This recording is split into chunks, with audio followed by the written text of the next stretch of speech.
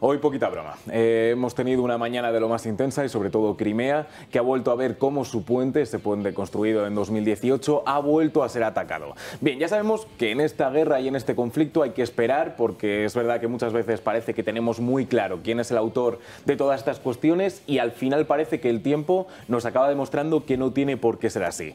Bien. Estas son las imágenes de lo que ha pasado esta mañana.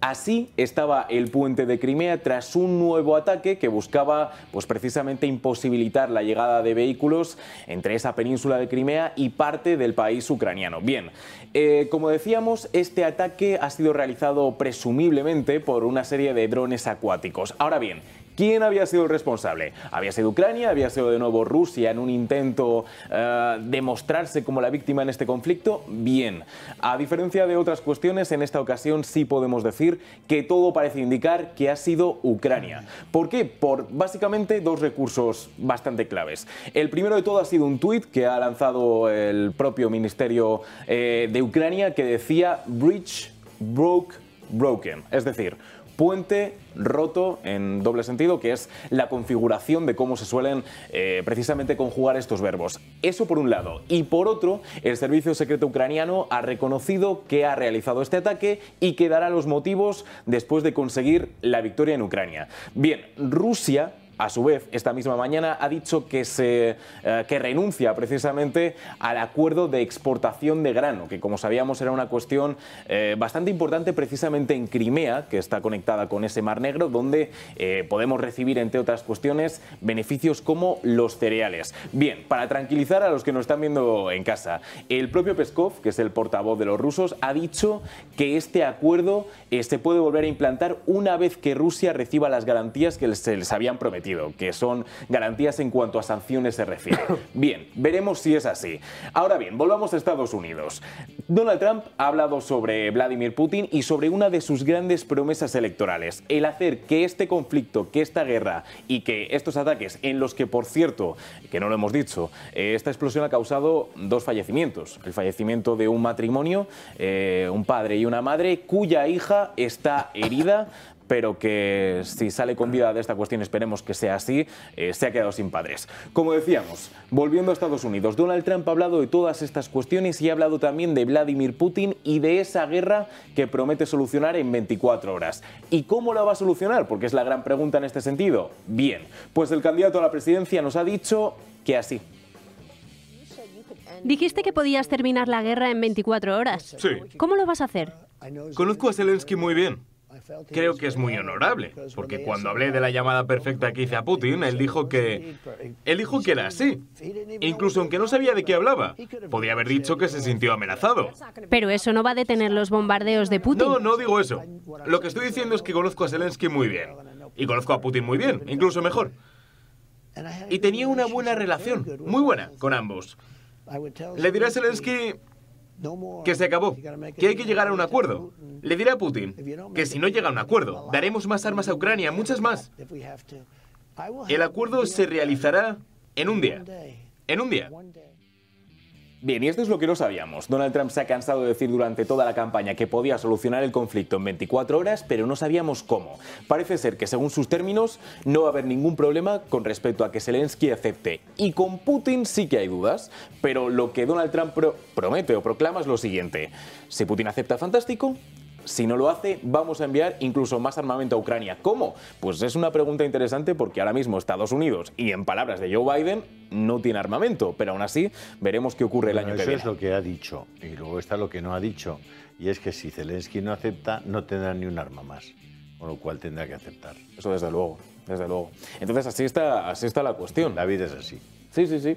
Sin ningún tipo de duda. Pues esta guerra va a durar lo que quieran los suministradores de armas a Ucrania. Punto. No, sí, además el atentado Estados al puente de Crimea es muy serio. Sí, muy serio.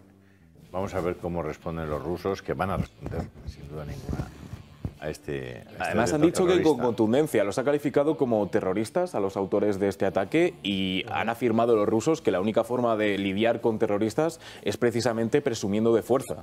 Entonces habrá que ver. Decían que también es verdad que el anuncio de que se salían de este acuerdo del grano era una especie de represalia. Peskov ha dicho que no, pero aún así, que estamos en este pulso donde el problema es que la gente sigue muriendo. Pensad hasta qué punto el tema de los drones ha cambiado la estrategia militar. Sí. Unos pequeños aparatitos de nada. De 1.000 euros la pieza. Nada. Que puedes desde aquí... Ha cambiado la moverlos ahí. estrategia militar completamente.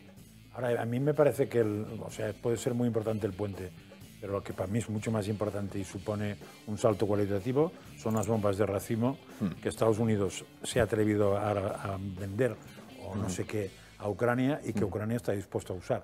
Porque si todo el mundo, casi todo el mundo, las prohibió, fue por algo. Entonces, saltarte esa prohibición... Sí, lo que pasa es que, como siempre, las prohibiciones de las armas son un cachondeo. Ya. Porque las armas de racimo las tiene Estados Unidos, las tiene Rusia, las tiene India, las tiene China, las tiene Irán, las tienen unos pocos y los demás estamos prohibidos. Las armas nucleares las tienen unos pocos y los demás estamos prohibidos. O sea, ya está bien. Y digo, esto es muy grave, pero si es que los otros las tienen.